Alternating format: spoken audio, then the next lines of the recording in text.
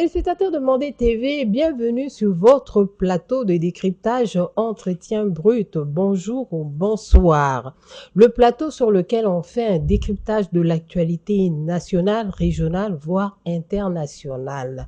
Nous avons un invité comme toujours et j'ai en chronique la chroniqueuse fétiche de ce plateau. Voilà, pour faire un décryptage, on va voir qu'est-ce qui se passe à l'horizon, qu'est-ce qu'il faut décrypter, qu'est-ce qu'il faut analyser, disséquer, faire carrément une synthèse de tout cela.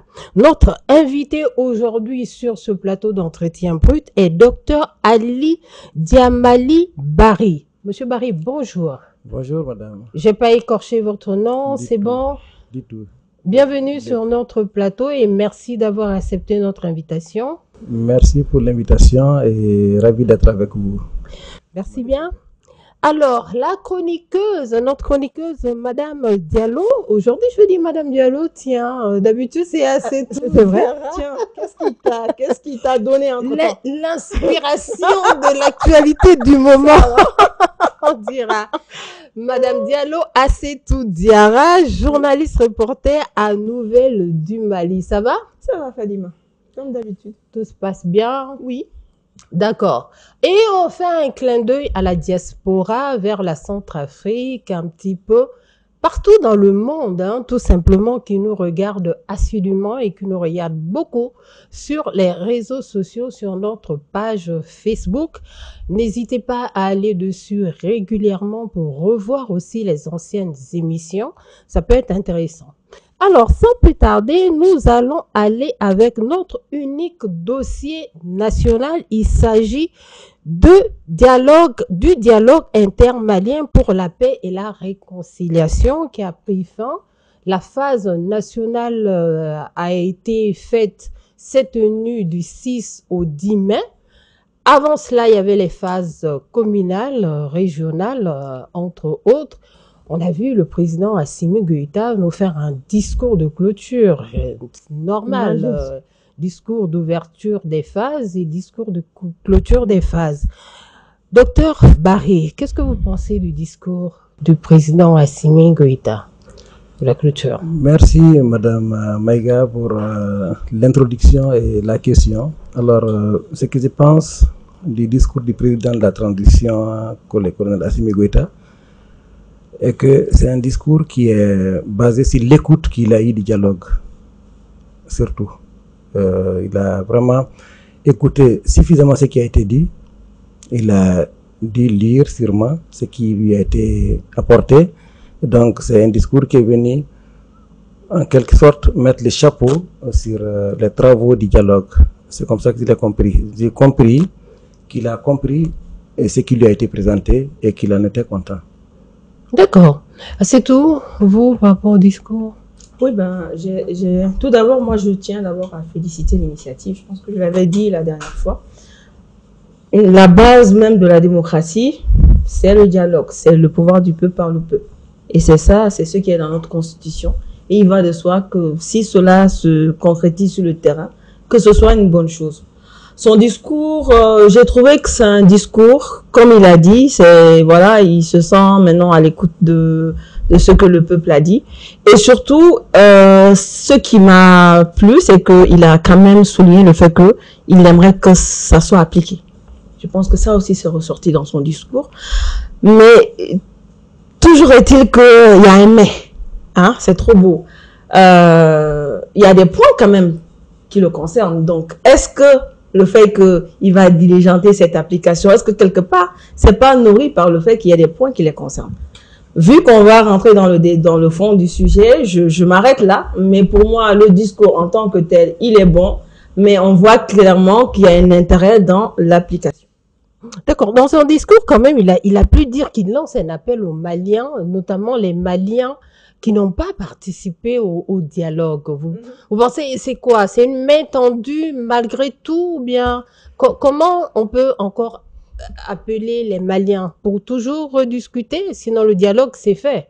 On les a pas entendus, ces Maliens qui se sont mis de côté concernant toutes ces phases de discours. On va les entendre après cette phase de dialogue? Oui, moi, je prends en fait cette intervention en direction des Maliens qui n'ont pas encore participé au dialogue comme une porte ouverte. C'est un peu la façon dont j'ai compris, et beaucoup d'autres d'ailleurs. C'est que dès le début, nous qui sommes membres du comité de pilotage, nous avions la question en tête. On s'est dit, bon, et ces personnes-là, parce qu'il n'y a pas un, il n'y a pas seulement une catégorie, il y a beaucoup de catégories de personnes qui n'ont pas participé au dialogue, qui n'ont pas été appelées par leur nom et qui sont sous d'autres choses qui les empêchent de pouvoir venir dialoguer. Donc on était conscients. Alors, il y en a aussi qui sont libres d'eux-mêmes, mais qui, pour des raisons X ou Y, n'ont pas voulu faire partie ou ne se sont pas prononcés publiquement, même s'ils sont fait représenter par d'autres. Donc, on s'est dit que bon, c'est des cas à prendre en compte, et qui est les mieux placés pour les appeler ou pour les écouter, ça c'est des présidents. Vous voulez faire comprendre, il s'agit des partis politiques, représentants des partis politiques qui ne sont pas venus à ce dialogue. Oui, pas seulement en fait, les partis politiques qui ne sont pas venus au dialogue, mais il y en a des partis qui ont délégué des gens pour aller au niveau communal, au niveau régional. Donc ça, nous avons eu des échos qui sont remontés, que pas mal de partis politiques ont envoyé des représentants pour siéger au niveau des assises régionales et communales. Alors, mais aussi, il y a des gens qui sont malheureusement aujourd'hui sous un problème judiciaire, disons, qui ont des choses avec les... Ceux qui sont en exil, vous voulez dire. En exil. Ils avaient la volonté de participer à ce dialogue. Tout porte à croire qu'ils avaient la volonté de participer, mais ça ressortait, c'était un peu au-dessus du ressort du comité de pilotage. C'était à la présidente de gérer, et je crois qu'il y a une ouverture qui est annoncée de toute façon, parce que quand on dit que tous ceux qui ne sont pas là, quand le président dit tous ceux qui n'ont pas pu participer, la porte reste ouverte, à mon avis, ça concerne tout le monde. Et il y a un autre groupe qui est un peu en belligérance avec l'État, qui n'a pas participé officiellement, mais qui pourrait être invité à un jour donné. Vous voulez faire allusion à la CMA? À tous les mouvements séparatistes, disons-les comme ça, ou rebelles. Alors, et aux groupes armés, voilà, globalement, qui n'ont pas participé. Parce qu'il y a des groupes armés qui ont participé, des groupes armés d'autodéfense, les groupes d'autodéfense, les chasseurs par exemple, ont participé au dialogue dans beaucoup d'endroits. Mais ils ne sont pas plus déterminants dans la stabilité du pays sur le plan sécuritaire que les groupes qui sont restés chez eux. Voilà, donc je parle de tout le monde en fait. Donc tous ceux qui n'ont pas pu participer, nous comprenons cet appel comme une porte ouverte, et la manière de le faire relèvera surtout de la présidence de la transition, qui pourra dire, bon, vu que vous n'étiez pas là et que vous avez suivi au moins, voilà ce que nous vous proposons pour parfaire la chose.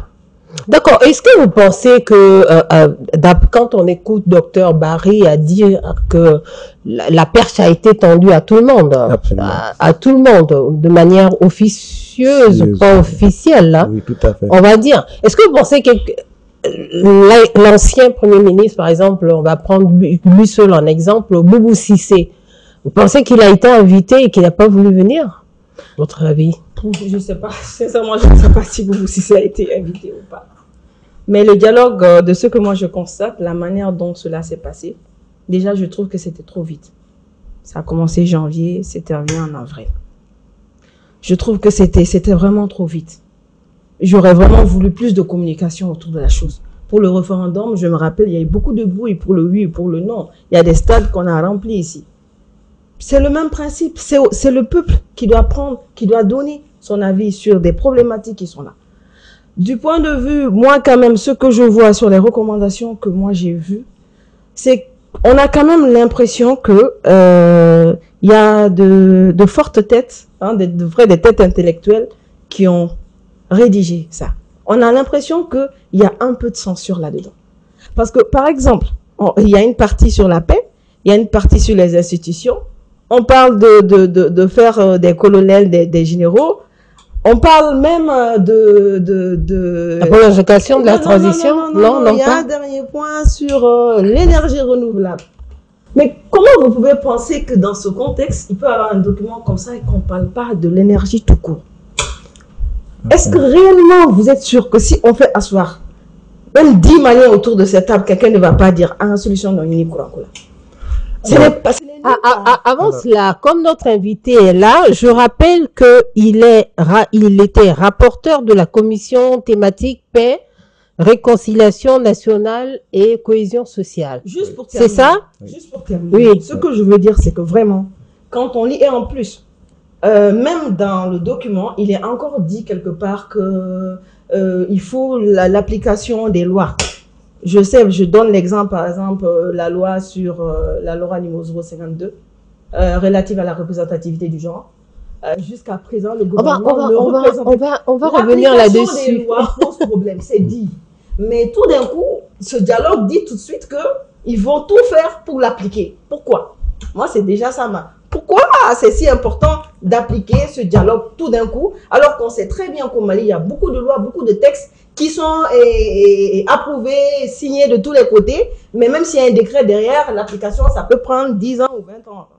D'accord. Donc, je rappelais à nos téléspectateurs quand même pour préciser que Monsieur Ali Barry, il est toujours membre de la commission, du comité de pilotage du dialogue intermalien. Il était à la fois rapporteur de la commission thématique paix, réconciliation nationale et cohésion sociale. Et je crois aussi rapporteur de la commission de centralisation des rapports de la phase régionale. Ça veut dire que vous avez vraiment été très, très, très présent. Exactement. La première question que je vais vous poser et que Assetou va peut-être ajouter, c'est que est-ce que vous pensez qu'au sortir des recommandations, tout est cohérent déjà? Très bien. Alors, merci beaucoup pour la question. Je vais tout de suite répondre sur l'intervention de Mme Diallo, qui a parlé d'un délai court pour ce dialogue-là. Effectivement, à voir comme ça, tout le monde dira que c'est court. Mais si vous regardez les résolutions, les recommandations surtout, parce qu'il y a une longue liste de recommandations dont la synthèse a été lue les jours de la clôture du dialogue, les 10, par les rapporteurs généraux, mais il y a toutes les recommandations de toutes les régions qui sont centralisées et qui vont être éditées sous forme d'un livre pour tous les Maliens. Ça sera fait. Donc c'est in extenso. Il n'y a pas une seule omission. Mais pour lire pour un président qui vient s'asseoir pour écouter les gens à la cérémonie de clôture, le comité de pilotage avait quand même pour, comment on appelle, obligation de synthétiser de sorte que la même recommandation, un exemple, creuser un puits à Dioula, creuser un puits à Fana, creuser un puits à Gundam, ne reviennent pas sous forme comme ça. Qu'on dise creuser un puits pour les populations qui en ont besoin. Donc vraiment ça c'est la partie synthétique. Mais dire seulement que ce qui a été lu est juste la synthèse de ce qui a été proposé par les régions. Parce que on a les dialogues s'est tenu dans 19 régions du Mali, dans les districts de Bamako, dans 48 ambassades de consulats et dans les 2 universités de Bamako et de Ségou. Donc c'est pour vous dire, en termes de nombre de communes, c'est 763 communes qui ont fait les concertations. Alors, vous voyez le nombre de communes qui ont tenu les concertations, c'est quand même presque tous les Mali. Alors, mais l'autre problème, c'est que autant vous ferez des dialogues, autant vous ferez des assises, les mêmes recommandations, sinon à 90% reviendront. Pourquoi? C'est la non mise en œuvre. Une recommandation faite, non mise en œuvre, il reviendra, quelle que soit la forme qu'elle prendra, mais elle reviendra. Donc c'est pourquoi, si vous dites que le temps était court, effectivement le temps était court pour que tous les Maliens s'expriment. Mais le temps était aussi suffisant pour qu'on répète les mêmes choses qu'on avait répétées 1 fois, 2 fois, 3 fois. Ça revient comme ça. Alors donc, au début, nous, on avait la première phase était la préparation de comment doivent se tenir les dialogues, notamment la rédaction des termes de référence, les partages avec les régionaux pour la validation et tout ça. Donc on a fait, et tout le monde est convenu que voilà comment nous allons les faire. Alors, donc ça c'était la première phase qui a été validée au mois de mars. Et c'est après que la phase opérationnelle a commencé. Et là, ça concernait, comme je dis, toutes les communes, les 763 communes, les 19 régions du Mali, qui ont synthétisé les recommandations et les constats des communes, dans les ambassades, les 48 ambassades de consulat, les 2 universités, Ségou et Bamako, et toutes les institutions de la République ont été rencontrées par les comités de pilotage dans ce cadre-là. soit à leur siège, soit au niveau du siège du comité qui est le CICB. Donc, en fait, ça concernait tout le monde, chacun a pu s'exprimer.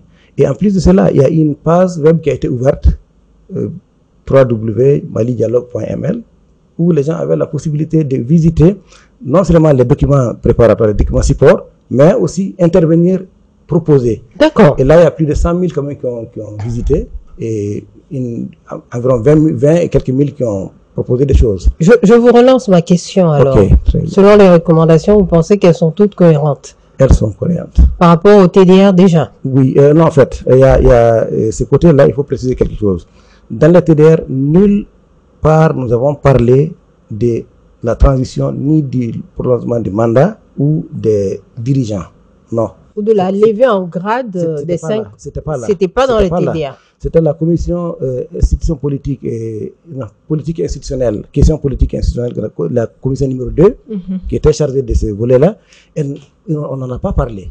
Personne n'a discuté de ça. Ni les membres du comité de pilotage, ni les délégués venus des régions, de l'extérieur, de la diaspora ou des camps de réfugiés. Personne n'en a parlé. Mais au niveau opérationnel, c'est ressorti. Et là, nous avions des questions face à nous-mêmes lors de la rédaction des rapports. Pourquoi? Parce que dans 17 régions sur les 19, il a été proposé de prolonger la transition. Certains ont donné 2 ans, 18 mois, d'autres ont dit 2 ans, d'autres ont dit 5 ans, d'autres ont dit illimité jusqu'à ce que les pays se stabilisent. Et qui sait la date? Personne. Vous aurez remarqué que même dans la première lecture, il est dit prolonger la transition de 2 à 5 ans jusqu'à la stabilisation du pays. C'est quand même un peu chose, non? Est-ce que c'est pas un comprimé à prendre? Limité. Soit on dit jusqu'à la stabilisation du pays, ou 2 à 5 ans, en supposant que dans les 2 à 5 ans, on pourra faire quelque chose de cohérent. Alors donc, c'est pour vous dire que la question n'a pas été posée dans les termes de référence, mais elle est venue de tout.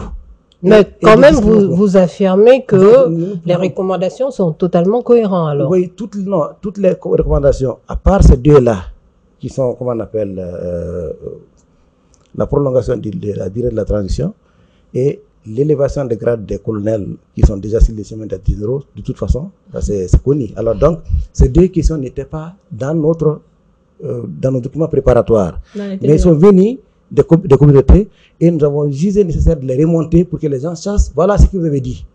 Ça a été pris comme élément de la synthèse, mais si vous allez dans les documents régionaux, vous verrez presque partout. D'accord. La parole était ouverte. Docteur Barry, on va avoir l'occasion de faire ce décryptage sur ce plateau. Je donne la parole à Assetou sur les recommandations. Bien. Parce que je crois que je vous ai arrêté en chemin. Ah oui.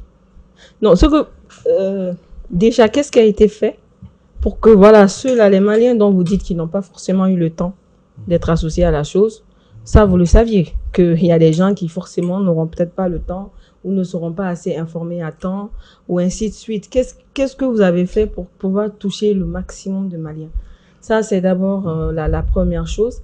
Et comme vous voulez de le dire tout à l'heure, si on dit de faire un puits à Kolondieba, faire un puits à Massina, faire un puits à Bewani, faire un puits à Nyono, donc, ok, on va pas remettre tout ça.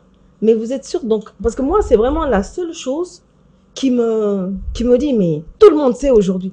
Ça dit, même un enfant que vous prenez de 5 ans aujourd'hui, on lui dit, vous avez quel problème? Il va dire, ah, il n'y a pas de courant. Mais nulle part, on ne voit aucune... Et mieux, on parle d'énergie. Vous savez, nous ne sommes même pas les plus grands pollueurs du monde. L'Afrique n'est pas le plus grand pollueur du monde. Ça veut dire que quelque part, il y avait... Là, ça confirme quand même qu'il y avait des spécialistes qui ont travaillé, des gens qui maîtrisent les sujets.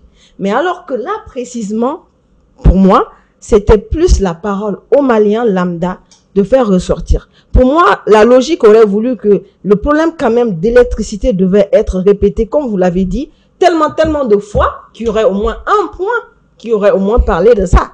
Moi, c'est vraiment l'analyse que je fais de la chose. Et comment maintenant, et la main, la perche, c'est une chose de dire, je tends la perche, ça c'est une chose. Mais là, elle est tendue, la perche. C'est 2, ça fait 2. Parce qu'on a l'impression ici qu'on a dit, oui, la main et la perche est tendue, mais on n'a pas perché parce qu'on ne sait pas comment ceux qui n'ont pas pu s'exprimer, ils vont s'exprimer. Et de quelle manière cela va être rajouté aux recommandations pour l'application. Oui. Ok, alors, donc, merci beaucoup, Madame Diallo. En fait, je crois que j'avais touché ce point-là, au moins les derniers points. Étant donné que la presque quasi-totalité des Maliens qui sont censés être au dialogue, mais qui n'ont pas pu venir pour une raison ou une autre raison, ou qui ont refusé de venir, sont des personnes connectées. Ça, c'est évident. Connectées, oui. Ok. Si À le- Internet, On sur le suppose, réseau. on suppose. Non, moi, je peux l'affirmer parce On que suppose. un responsable politique ou un Non. cadre... Vu leur âge. Un Je dirais- agriculteur au Non, fond je dis, de... non, en fait, l'agriculteur a participé. Massina. Il n'a pas. L'agriculteur du fin fond du Massina a participé à travers les délégués de sa commune. D'accord. Ça, c'est clair. Les communes avaient un quota de personnes qui devraient participer. Et ils devraient choisir parmi les membres de la population de la commune qui vont les représenter. C'est comme toujours d'ailleurs. On ne peut pas appeler tout le monde et ça a débordé. Partout où on a prévu 50, les gens sont allés jusqu'à 100, 200, 300. Et il y en a qui sont venus qui disent qu'on n'a pas besoin de perdre, nous avons besoin de parler. Ils sont venus, ils ont parlé. La parole était libre. Alors donc, c'est ce qui a occasionné des réponses aux questions qui n'ont pas été posées. Alors, donc, ça c'est un premier aspect. Les personnes connectées, la plateforme web, le site web qui a été ouvert, disons, la page, le www.malidialogue.ml là, permettait à tout le monde de pouvoir se brancher et dire ce qu'il a à dire. Insulter, comment on appelle, recommander, remercier, féliciter, faire tout ce qu'il veut. C'était possible. Donc, ce côté-là, il n'y a aucun souci. Mais Docteur Diallo, écoutez, si vous n'avez pas le temps de ça, Je cherche l'argent. si vous n'avez Il faut pas le bien temps de ça- nourrir la famille. Non, si vous n'avez Ah, pas, c'est tout. si vous n'avez pas le temps, Laissez-le terminer, alors, s'il vous si vous plaît. n'avez pas le temps d'écouter ça, vous dites, ok, d'accord, donc vous avez des engagements de dialogue aussi simplement. C'est comme ça. Parce que si ça vous intéresse, vous aurez pu avoir un petit bout de temps à accorder à ces dialogues-là, 5 minutes. Mais pour moi, je lire- n'ai pas vu le pour délégué lire les passer. questions, pour lire Le les- délégué non, ne m'a c'est- pas c'est demandé, similaire, moi, c'est mon similaire. avis. Docteur Diallo, recentrons les discussions. À l'énergie. L'énergie a été bel et bien posée comme question. D'ailleurs, c'est le district de Bamako qui est le premier à poser la question de l'électricité. Ça a été posé. Et vous le verrez dans les rapports. Mais les recommandations. Mais C'est en tout. fait, c'est une Laissez-le recommandation. terminer. Chaque région. Non, vous avez bien dit, c'est ce que les gens ont dit. Oui. Donc pourquoi ce n'est pas là? C'est là-bas. C'est C'est là-bas. là. Et les gens vont Non, non, avoir- non, ce n'est pas c'est là-bas. une synthèse qui a été présentée. Oui, mais la synthèse, Non, la excusez-moi. synthèse. Alors, pendant que vous Docteur- parlez des docteur- généraux, il faut qu'ils soient généraux, il faut que les colonels soient. Parce que moi, si on me demande aujourd'hui, sincèrement, entre Oui. ce que les généraux Non, ça- soient, non, non, les colonels ça- soient généraux et que moi j'ai courant chez moi, sincèrement, je préfère qu'il y ait courant chez moi. J'ai dit Sincèrement. J'ai dit quelque part à quelqu'un que les deux phrases, là, les deux recommandations, l'élévation du grade des colonels aux généraux, en général, je dirais, ou la prolongation de la transition, c'est quand même deux phrases, des recommandations sur 1 millier, sinon 3 milliers de recommandations. Donc, Alors, comme vous dites que vous avez pris... Oui. Donc, mais ça a retenu l'attention des gens et bizarrement, c'est que personne n'avait ça en tête parce que personne ne s'est posé la question qu'on était déjà dans la prolongation de la transition. Effectivement. Là. Oui. Effectivement. Donc, et les gens Nous n'en ont sommes pas toujours parlé. en transition. Et les gens n'en ont pas parlé. Depuis le 26 mars, c'était quand même ouvert. Hein. Certains ont crié dehors, mais à l'intérieur du Mali, je n'ai pas vu d'arrestation en tant que telle. À part quelques mouvements, du côté de M5RF, sûrement. Alors, mais les gens ne se sont pas trop agités par rapport à pourquoi ça ne s'est pas arrêté le 26 mars. Est-ce que finalement, vous n'avez pas l'impression que les gens ont Non, peur je vais de dire, s'exprimer? nous n'avons pas eu peur de dire ce que les gens ont dit. Ceux qui étaient là. On a rapporté. Ceux qui étaient on a de... recommandé, et si Banyagra répond, par exemple, je prends Banyagra tout juste comme ça, où il nous dit prolongation de la transition. Mais ça ne vient pas de Bamako, et ça ne vient pas de nous. Et c'est des gens qui étaient là pour la phase finale. C'est vrai, si vous confiez un travail à un intellectuel, il ne va pas quand même écrire ça comme n'importe qui. C'est ça. Alors, docteur, moi, la question que j'ai vraiment On a envie de vu vous ça. poser par rapport à ces recommandations, comment se fait-il que si au niveau des TDR, ça n'y figure pas, ce n'est pas du tout en vue, mais vous les prenez quand même au niveau des recommandations? Je suppose que parmi les recommandations, il y a certaines choses que vous n'avez même pas pris. Est-ce que vous avez vraiment pris tout à 100%? Vraiment, si je vous dis qu'on a synthétisé et qu'on a rassemblé les choses qui se ressemblent, éviter les redondances, nous l'avons fait. Donc, vraiment fait. Ce n'est pas 100% sorti de tout, mais la quasi-totalité des recommandations essentielles sont ressorties dans la synthèse. C'est un premier aspect. Deuxième chose, est-ce que si 17 régions se prononcent en faveur d'une chose, nous devons quand même l'ignorer? Et quel est l'argument derrière? Si nous l'acceptons, quel est l'argument derrière et quelles sont les retombées? Parce qu'on est forcé aujourd'hui de porter la charge d'avoir mis à jour ce que les gens ont dit au niveau local. Alors, ça peut nous coûter ce que ça peut coûter, mais nous n'avons fait que remonter ce que les gens ont demandé. Et ça, c'est vérifiable dans les rapports de toutes les régions, une par une, à part deux. Il n'y a pas qui n'a pas parlé de ça. Et par contre, il y a des choses qui ont été dites dans les régions qu'on n'a pas remontées textuellement comme ça. Et pourtant, ça a été clair et net. Les gens ont dit, si vous faites ça, vous allez créer des problèmes. Alors, restons toujours au niveau des travaux du dialogue intermalien. Vous l'avez dit ici, docteur Barry, que vous allez mettre le complément sur une page www.dialogueintermalien.fr.ml. C'est assez évident comme question. À quel moment les gens vont se connecter, sachant qu'on n'a pas d'électricité, donc on n'a presque pas de connexion? Et ça, c'est la première question. Et la deuxième question, la plus évidente, mais c'est le taux d'alphabétisation. Je vous dis, c'est pas la majorité des Maliens qui iront sur ces sites-là quand même. Ça va être une catégorie des Maliens, sauf si vraiment c'est fait exprès pour pouvoir toucher une catégorie, mais sinon, ça ne sera pas l'ensemble des Maliens. Le dialogue intermalien voudrait que tous les Maliens, quelle qu'en soit la zone à laquelle ils se trouvent, puissent donner sa voix, intervenir. Vous faites des phases pour pouvoir rassembler le maximum des Maliens.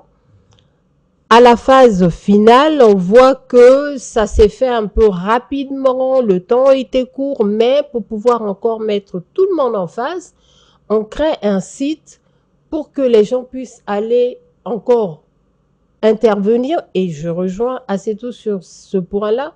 Comment vous allez faire pour intégrer cela encore? Alors, je vais préciser un peu les choses. Là, c'est déjà fini, hein, en fait. Le site était ouvert dès les premiers jours. Ah, pendant les phases? Au tout début. On n'a pas eu de communication là-dessus, hein? Ça a été communiqué. Pas vraiment, hein? Non, la presse a été là pendant toute la durée. Et la presse est toujours là, mais il n'y a pas eu de vraie communication, hein? Non, ça a été vraiment communiqué, ça je peux vous garantir. Ça a été vraiment communiqué et ouvertement. Les gens ont même contribué. Je dis, il y a plus de 118 000 connexions là sur le site. Il y a eu 26 000. Pour presque 23 à 28 millions de Maliens, c'est très peu. Non, vous venez de le dire tout de suite, que ce n'est pas destiné aux villageois comment on appelle, c'est clair. Sakan, n'est-ce pas? Oui. C'est destiné à des personnes qui sont censées pouvoir se connecter et donner leur point de vie. Et ça, ça accéder à ces gens-là. C'est vite fait. Les Maliens de l'extérieur, les Maliens établis à l'extérieur, ils ont quand même bien apprécié cette page-là parce que même au niveau des ambassades, des consulats, il y a eu des assises, mais ça ne pouvait pas rassembler tout le monde parce que vous connaissez la logistique pour rassembler tout le monde dans un endroit pendant 2-3 jours. Ça prend énormément de temps. Qu'est-ce qui assure aussi qu'est-ce qui donne une assurance comme quoi c'est réellement des Maliens qui ont interagi sur cette plateforme? C'est au-dessus de mes capacités d'analyse. Ouais, ça peut être... Mais je crois que ceux qui sont derrière la page, c'est qui... Ça peut être quelqu'un qui est à Bamako, qui veut, par exemple, que tel sujet soit prédominant. Alors, on sait aujourd'hui qu'un seul individu peut multiplier des comptes et puis pouvoir intervenir. Oui. On a vu cela avec les élections, même aux États-Unis. Donc, ça peut être la même chose. En les prenant comme tel, cette personne aura exprimé un souhait d'un Malien ou d'un Malien. Donc, en se donnant plusieurs voix, peut-être.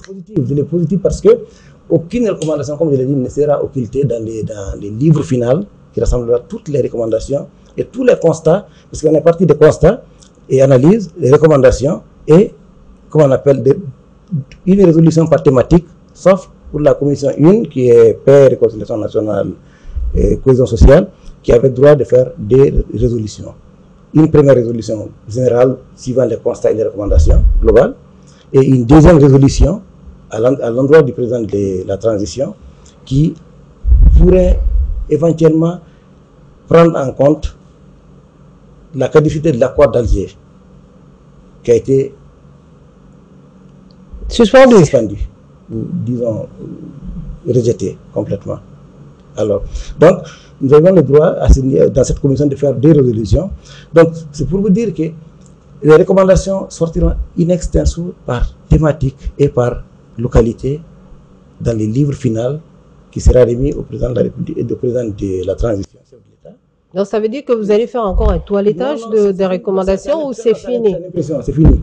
D'accord. C'est une impression de lundi et aujourd'hui je suis convaincu que c'est entre ses mains. Malgré les deux entités, les deux thèmes qui ne sont pas censés y figurer, oui, normalement. Les prolongations de... Oui. Non, bien sûr, en fait c'est dans les recommandations. Donc ça remonte. Alors que le problème d'électricité qui tient à tous les Maliens n'est pas dedans. Il est des disques de Bamako et il va remonter. Et c'est Bamako, celle qui a parlé de mais ça ne sera pas dans les recommandations. Bamako est le seul district, la seule localité qui a parlé d'électricité parce que c'est criard et c'est normal. Je le vis, vous le vivez, tout le monde le vit. D'accord. Ça a été dit, ça va remonter. Ça c'est clair. Donc il n'y a aucun souci par rapport à ça. Ne vous en faites pas. Nous souffrons du même problème et ce problème-là. On n'avait pas l'impression en lisant les recommandations. Ah, c'est tout, allez-y.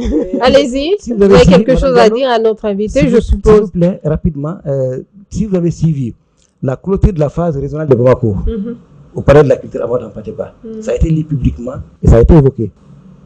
Donc on ne peut pas occulter ça, c'est pas possible. Et la presse était là-bas. Ça a été lu publiquement, tout ce qui a été proposé, aussi bien qui figure dans les TDR ou non, c'est ressorti publiquement lors de la clôture de l'atelier de Bamako. Et donc ça remonte forcément dans les documents. D'accord. Voilà. En tout cas, on est toujours sur le plateau d'entretien brut pour faire un décryptage avec un autre invité, Dr Ali Barry, qui essaye de nous éclaircir un petit peu tout ça parce que pour nos téléspectateurs, il y a souvent un peu de confusion. Hein. On veut vraiment comprendre parce que les résultats, les conclusions de ce dialogue, notamment les recommandations, font énormément de débats au sein des populations. Ah, c'est tout. Par rapport aux recommandations, vous avez encore, à part l'EDM par exemple? À part l'EDM, c'est sûr qu'il y a eu beaucoup de bruit. Les Maliens ont beaucoup jasé il y a juste 2 semaines par rapport au CNT, aux membres du CNT. Alors, entre eux, pour eux, c'est des salaires qu'on doit leur donner. Et la Constitution, la Cour constitutionnelle qui a dit que c'était des indemnités. Ce problème-là aussi est réel. Je n'ai pas vu ressortir dans le document. Sincèrement, je pense que quand même, il y a certains problèmes qui avaient leur place dans sa recommandation, qu'on n'a pas vu et qu'on attendait et qu'on l'attendait en fait. Et en fait, le problème, c'est que ça vient à un moment où les Maliens sont fatigués de la chaleur, les Maliens sont fatigués parce que leur emploi, toujours à cause de l'électricité, les Maliens sont fatigués pendant qu'ils se cherchent. On dit que les membres du CNT, ils sont payés à des millions et ils ont tellement d'avantages. Et paf, seul moment où on peut justement s'exprimer, ça vient de passer et il y a encore des points qui ne sont pas dedans. Ça donne un peu l'impression que, bon, les décisions passent et finalement le Malien n'a pas son mot à dire. Et en démocratie, sincèrement, c'est une base qu'il ne faut surtout pas rater. Donc ça, c'est vraiment... Moi, j'attendais beaucoup de ce dialogue-là. Parce que, sincèrement, quand on a dit dialogue, je pense que je l'ai déjà dit ici. Vous étiez parmi les personnes qui défendaient quand même l'initiative. J'ai dit non, le dialogue, ça, c'est une très bonne chose. Parce que voilà, c'est vraiment l'une des principes, c'est vraiment le principe fondamental même de la démocratie, c'est qu'il faut que les Maliens, ils s'expriment. Bien sûr que tous les Maliens vont pas venir parler au dialogue. Mais il faut vraiment se rassurer que tous les Maliens, même au fin fond du village, que le délégué est allé demander réellement, est-ce que c'est ça, c'est ça, c'est ça, c'est ça. C'est ce que moi j'attendais de ce dialogue-là. Bon, je suis un peu passée à côté, mais je comprends qu'ils ont fait du mieux qu'ils pouvaient, mais il faut faire attention au suivi de tout ça. Parce que l'application aussi, c'est autre chose. Qu'est-ce qui va être appliqué, qu'est-ce qui va pas être appliqué, ça aussi, c'est autre chose. Alors, si je peux répondre rapidement à la question, en fait, vous avez parfaitement raison que le dialogue, il le fallait. Il était attendu par tout le monde. Il a été apprécié par tout le monde. Et si vous lisez un seul instant les rapports des communes, vous saurez que vraiment les vrais problèmes des communes ont été exprimés. Non, c'est partout. Non, du tout. Ah. Non, il était convenu, dès le départ, suivant les termes de référence, que le dialogue allait se tenir au niveau des communes d'abord, après remonter au niveau région, oui, où il centralise, Et c'est les recommandations régionales qui remontent au niveau national pour une synthèse et une compilation. D'abord, la première chose est que toutes les recommandations qui sont venues des régions seront compilées comme telles, imprimées, c'est l'imprimeur et remis à qui de droit. Ça, c'est un. Deuxième chose, c'est que les recommandations qui sont là-dedans, elles sont parfois similaires. Parce que le Mali n'a qu'un problème, hein, un problème d'insécurité et de développement. Ou des problèmes, disons. Développement économique, sécurité. Aujourd'hui, si vous enlevez ça des problèmes du Mali, on ne souffre pas du tout. Ni dobi bro dobi ne fana boulot. Les gens ne vont pas trop se fatiguer. Mais docteur Diallo, reconnaissez... Allez-y. Je viens. Alors, la censure, il n'y a pas de censure. Il n'y a pas de censure. Non. Tout n'est pas ressorti dans la synthèse, parce que une synthèse ne peut pas prendre, si on remet tout dans la synthèse, ce n'est plus une synthèse.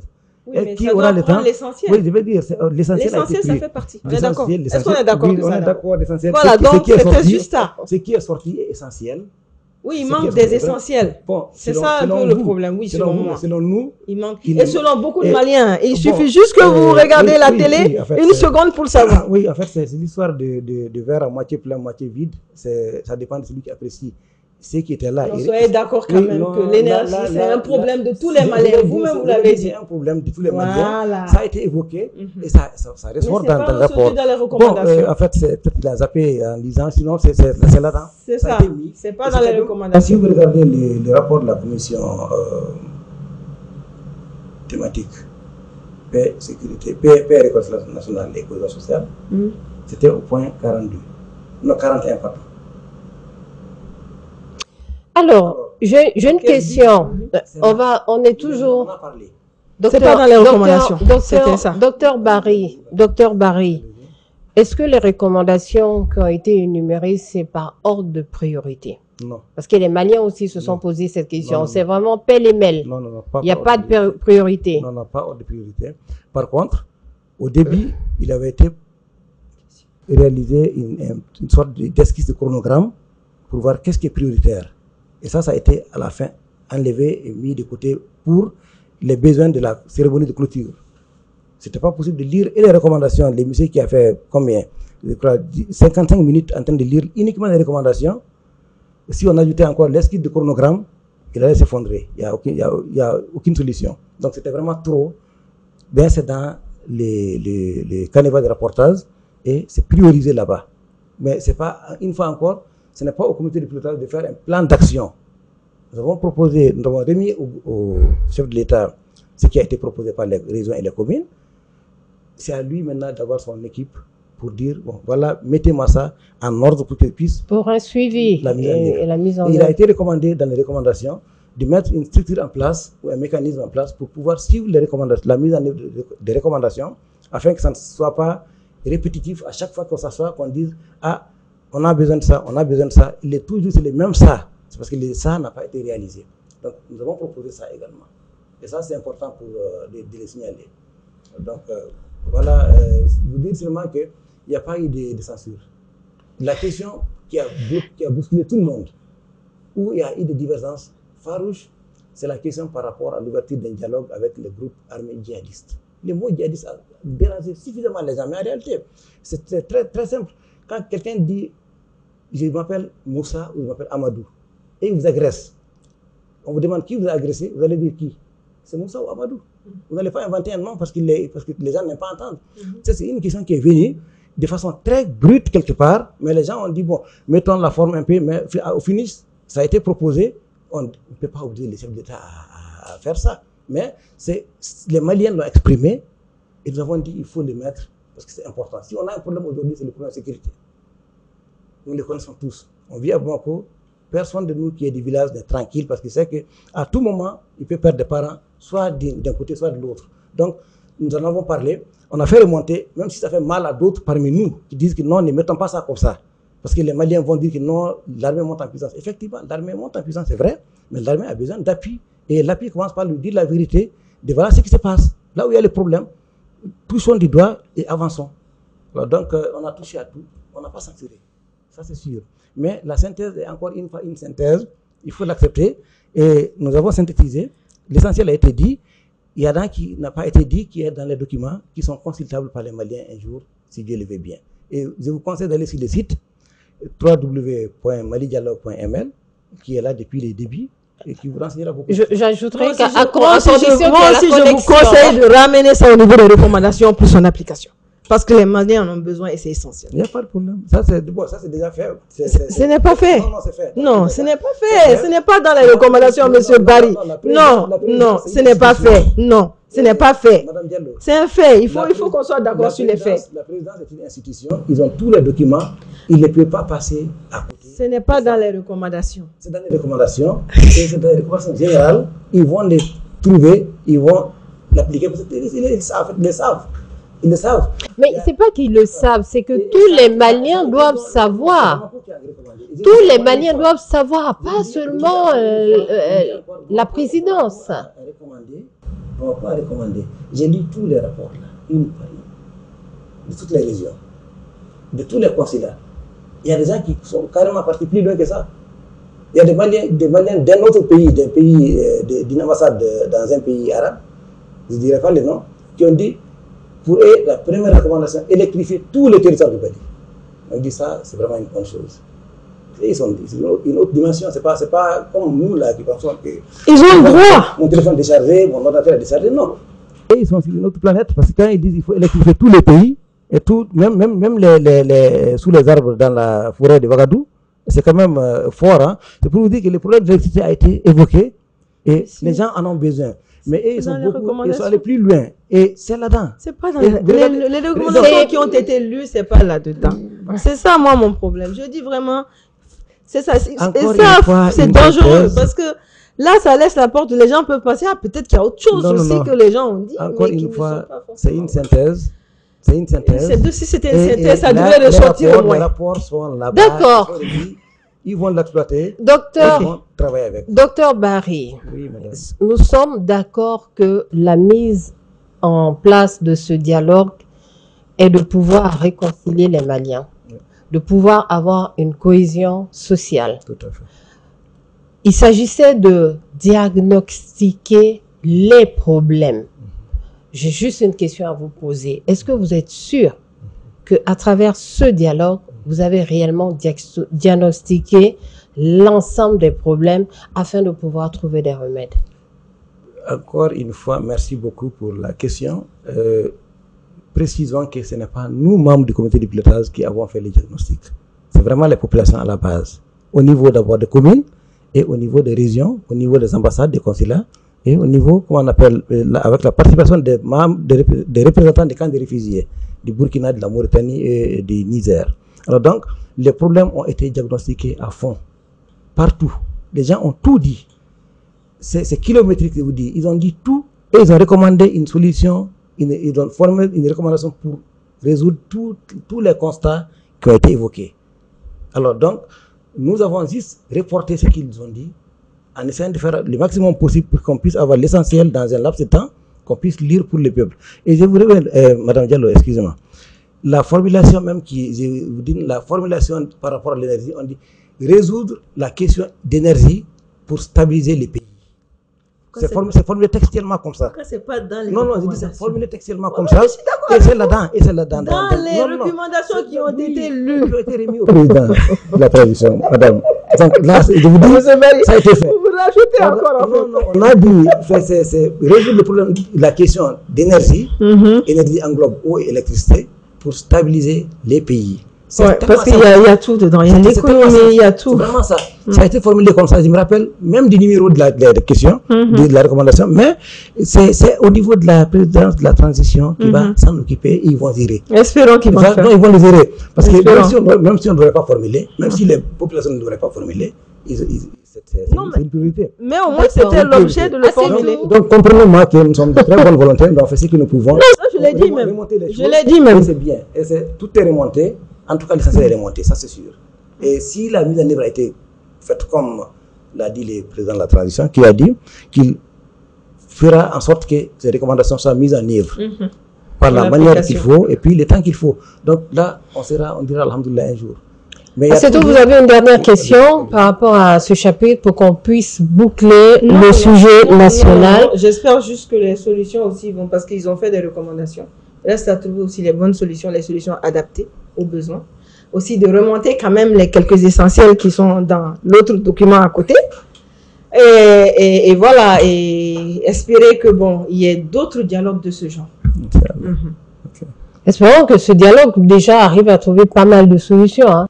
La question que moi j'ai envie de poser à Dr Barry, vous pensez que avec la situation socio-économique surtout qu'on a au Mali, les recommandations sont vraiment faisables en un laps de temps? Est-ce que vous ne trouvez pas que c'est quand même énorme? Ça relève même d'un plan un programme de gouvernance d'un État tout simplement. Hein. Il faut le dire, il faut être sincère là-dessus. Je ne vois pas cette transition pouvoir faire même 50% de ces recommandations. Alors, donc, sauf si elle est indéfiniment prolongée. Alors, donc, aussi. Là, je crois que vous légitimez un peu la recommandation populaire là, qui crée des problèmes déjà. Qui est la je ne légitime pas. Je ne légitime pas du tout. Juste pour, je renvoie un petit peu ce que nos téléspectateurs nous envoient. Je donne un petit exemple, en fait, une anecdote. Quand nous avons tenté au niveau de la commission paix et réconciliation nationale, cohésion sociale numéro 1, thématique numéro 1, à prioriser, il y avait une seule recommandation qui était mettable sur le long terme. Et 3 à moyen terme, tout était urgent.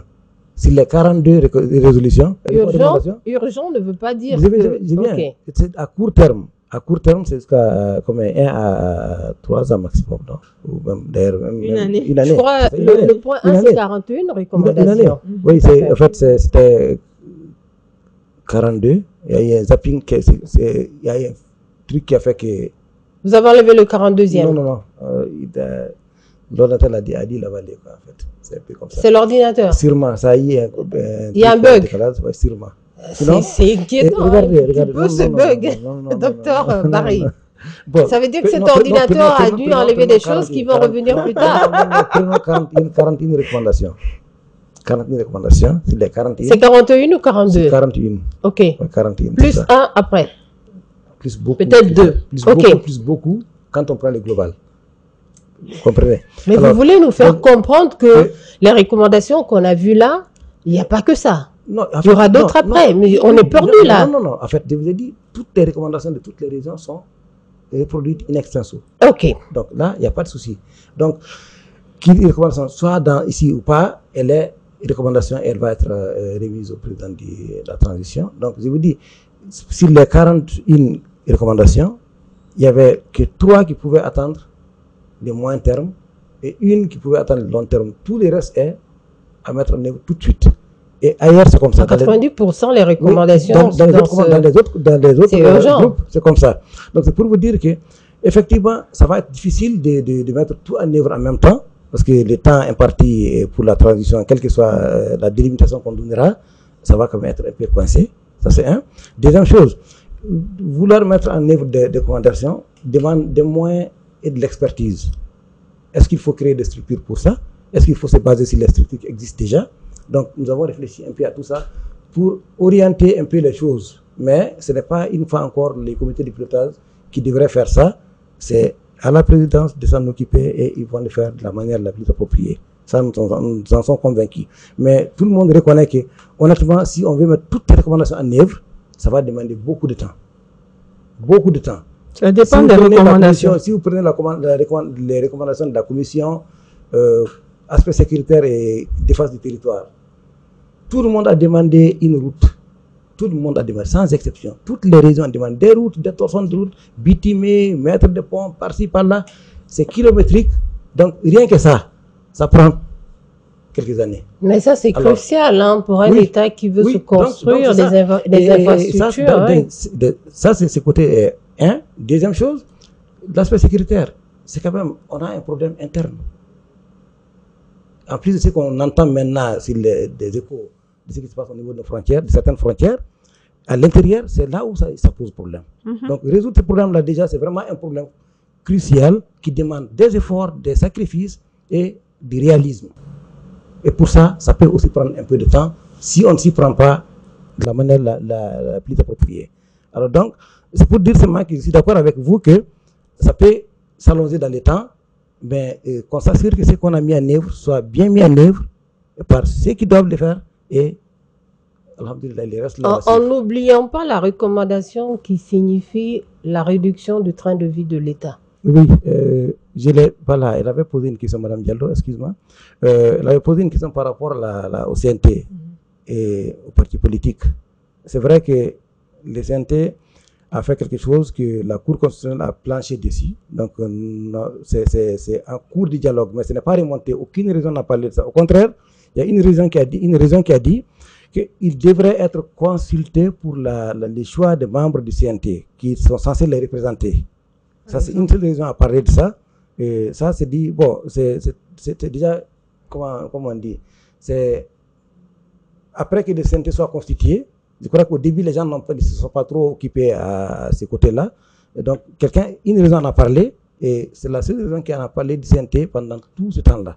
Donc, c'est pour vous dire que les gens en parlent de façon basse, mais ce n'est pas remonté comme recommandation, comme priorité dans ce que les gens pensent pour la résolution de la crise, le retour de la paix et de la réconciliation sociale. Parce que ce qui se passe, c'est qu'il y a des contrées où des gens ont arrêté même de se parler.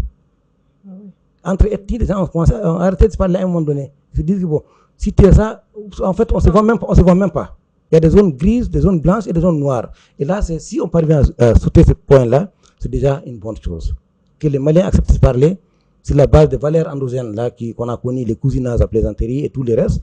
Je crois qu'on fera un grand pas. Et ça a été recommandé à plusieurs reprises et c'est remonté. Partout d'ailleurs. Tout le monde l'a dit. Par contre, il y a quelque chose qui n'est pas touché quand même.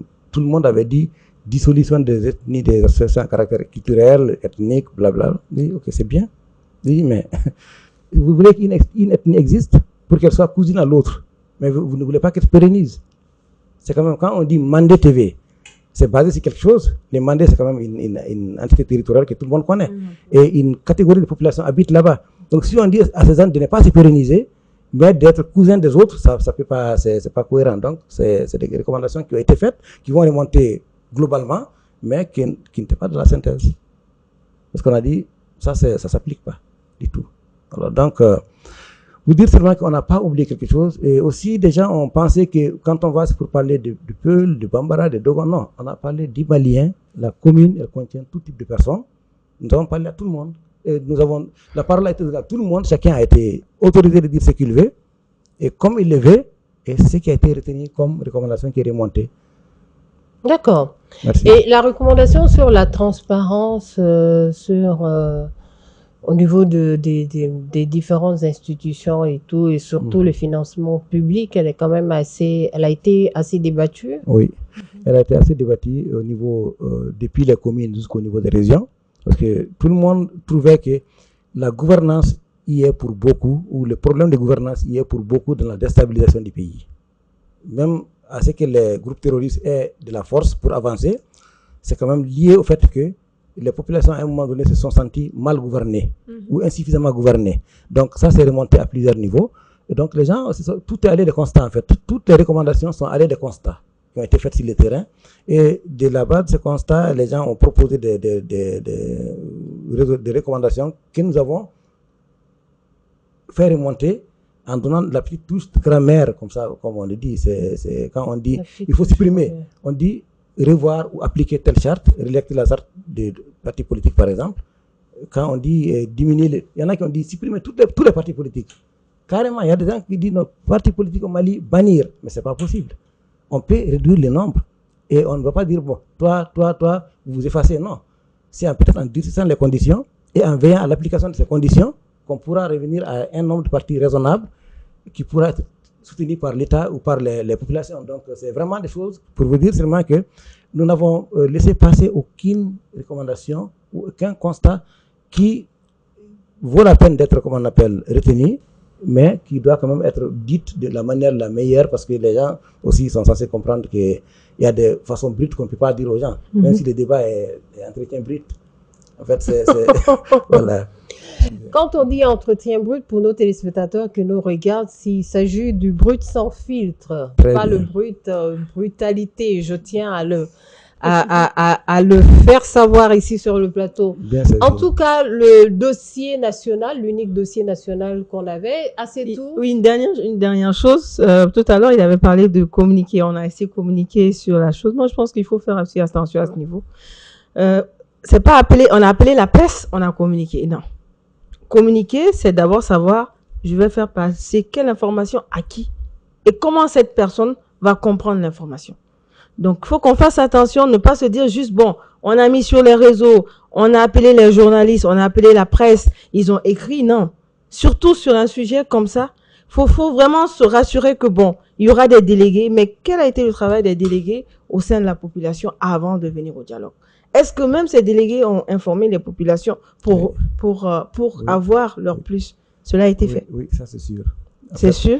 Ou bien cela a été, vous avez vérifié? Absolument sûr. Comment vous avez vérifié? Les phases communales et régionales étaient sous la direction des gouverneurs de région qui ont participé à la phase de la validation des termes de référence et qui ont contribué. Les délégués, ils sont d'abord venus avec des délégués régionaux qui ont critiqué les termes de référence, la première mouture, qui ont apporté des contributions, qui ont rappelé des choses à ne pas oublier, qui ont validé ensemble avec nous. Ils sont répartis. Et les gouverneurs ont tenu les concertations au niveau communal en donnant toute l'information possible pour que les gens puissent faire participer ceux qui sont censés pouvoir parler de leurs problèmes. Qui a dit ça aux populations? C'est sous la responsabilité du gouverneur de la région. Mais est-ce que vous avez fait un petit sondage pour vous rassurer que les délégués ont réellement parlé aux populations? Oui, les listes sont là. Et puis, quand on me dit dans ma commune, par exemple, qu'un tel est là, je me dis, on me donne la liste, la commune de laquelle je viens, de Djankabou. Quand on me dit qu'il y a A, B, C, D, je connais qui vaut la peine, qui ne vaut pas la peine. D'accord. Donc ça, il n'y a aucun souci par rapport à ça. On va boucler ce dossier. Ok, d'accord. Le temps nous risque d'être assez juste pour nous. Voilà, finalement, on va prendre qu'un seul dossier régional. Il s'agit des résultats des élections présidentielles au Tchad. Alors, le 6 mai dernier, il y a eu des élections présidentielles au Tchad avec à peu près une dizaine de candidats. Et le 9, nous avons eu les résultats au niveau des médias comme quoi le président de la transition, Mahamat Idriss Déby Itno, est finalement président de la République du Tchad avec un score de 61,3%. À côté de ça, son principal rival et son ancien premier ministre et chef d'opposition, on pourra dire Success Masra, a eu seulement 18,53% et pas plus tard qu'il y a 2 jours seulement a déposé une requête auprès du Conseil constitutionnel pour faire annuler simplement le scrutin. Votre avis par rapport à ça? On en parle parce que c'est un petit peu... Tout à fait. Merci beaucoup d'aborder la question qui est fondamentale. En fait, tout le monde en parle. Qu'on le veuille ou non, on l'écoute aujourd'hui. Parce que le Tchad a une similitude avec le Mali en termes de transition, en termes de la manière dont ça s'est passé. Et, si je ne me trompe pas, ils se sont même inspirés du Mali parce qu'au tout début, après la mort d'Idriss Déby Itno, ils ont quand même dépêché une délégation ici pour s'enquérir de comment le Mali a fait son démarrage. Alors donc là, c'est un premier aspect. Un deuxième aspect, c'est que le président sortant, il avait été accepté par tous les Tchadiens pour succéder à son père, si je peux dire succéder comme ça. Alors, avant même qu'il y ait autre chose. Donc, parce que c'est un homme de terrain, un homme connu, c'est pas n'importe lequel qui a été sorti du tiroir pour dire, bon, il va diriger. Il a été partout. Il a même été au Mali, dans le cadre de la force internationale qui voulait aider le Mali à la lutte contre le terrorisme. Donc, il était même au Mali ici. Donc, honnêtement, c'est quelqu'un de terrain. Je ne le connais pas personnellement, mais je connais son histoire un peu par rapport à ça. Ça, c'est le deuxième point. Troisième point, c'est quand même difficile dans pas mal de contrées qu'un président en exercice organise des élections et les perde. En tout cas, c'est arrivé. Vous avez vu, je connais des cas où c'est arrivé, mais le président organise et il est candidat et il perd. C'est pas très très fréquent. Ça peut arriver, mais dans ce cas, il faut que la culture démocratique soit vraiment ancrée. Assez forte. Alors, assez forte. Et donc, ce n'est pas, je dirais, pour le cas du Tchad.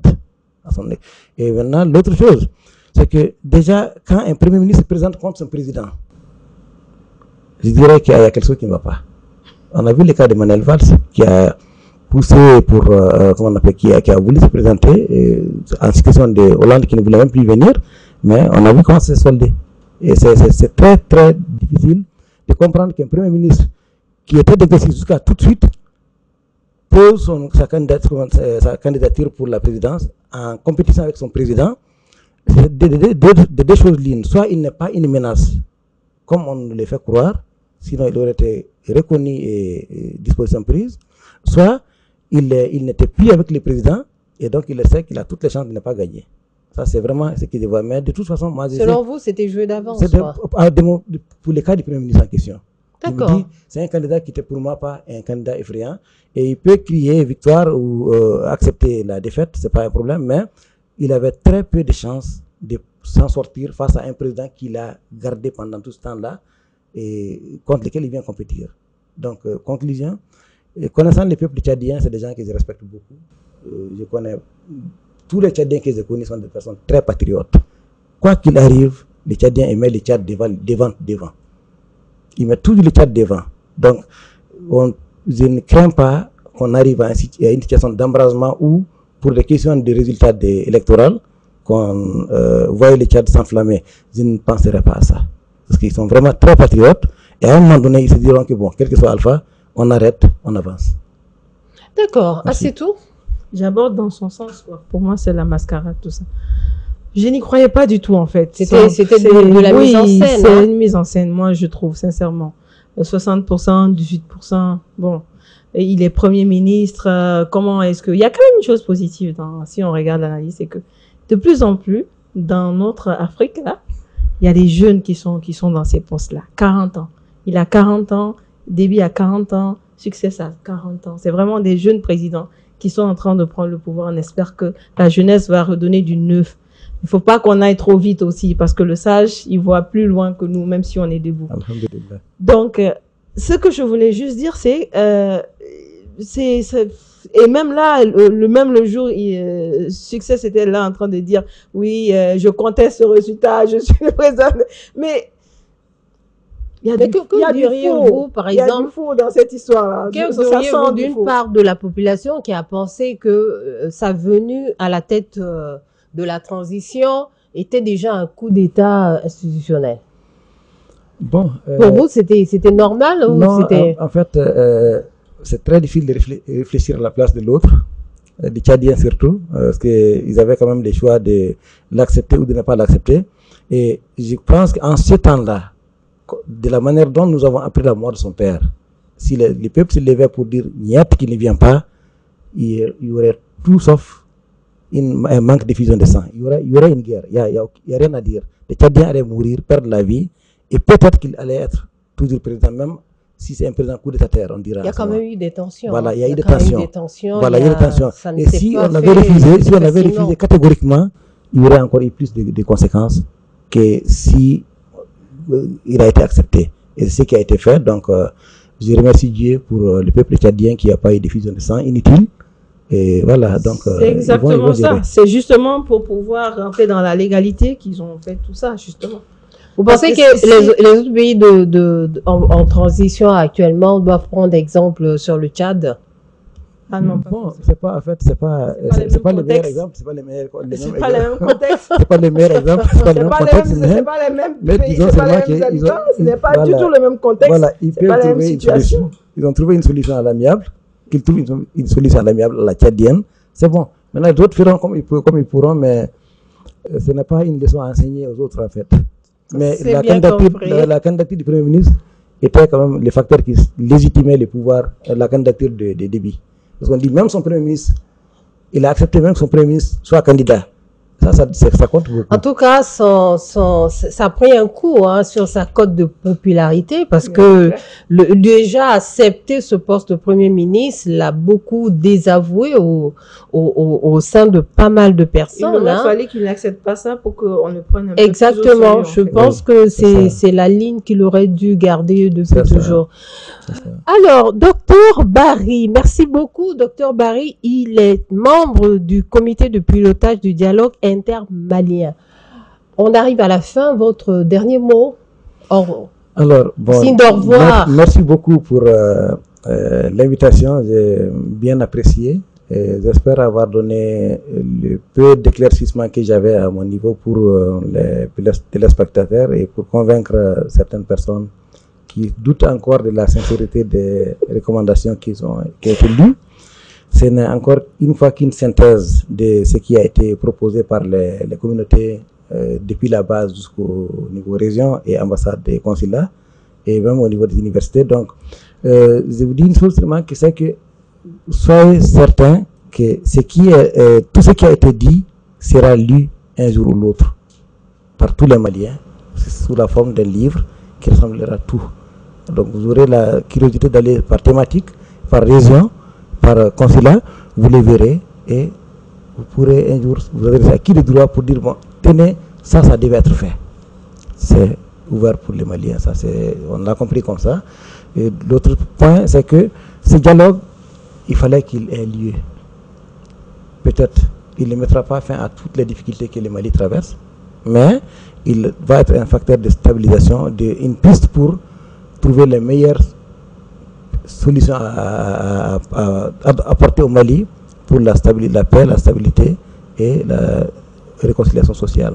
Parce qu'on s'est parlé, on ne s'est pas compris parfois ça a été houlé, mais on a fini par s'asseoir et dire bon, ok, finalement les sacs sont vidés, voilà ce que nous avons, avançons avec ça.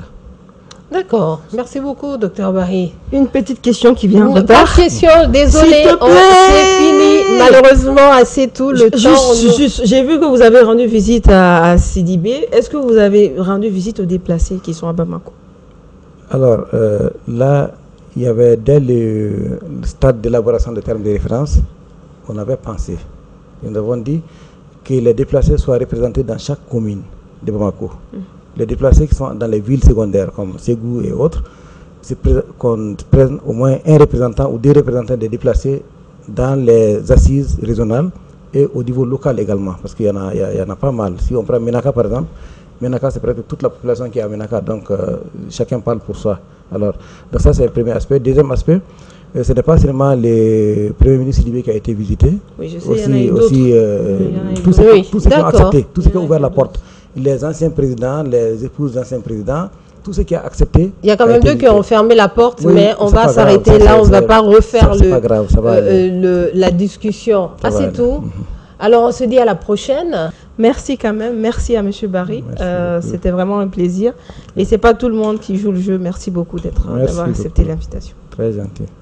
Merci beaucoup, c'est tout. On dit merci à la diaspora, on dit merci aux téléspectateurs qui ont suivi cet entretien. Comme toujours, votre fidélité nous honore, nous donne beaucoup de courage pour pouvoir assurer notre métier. On se dit à la prochaine. Nous sommes avec Dr Ali Diamali Barry. Il est membre du comité de pilotage du dialogue intermalien. Monsieur Barry, merci beaucoup. Merci beaucoup. C'est tout. À la prochaine.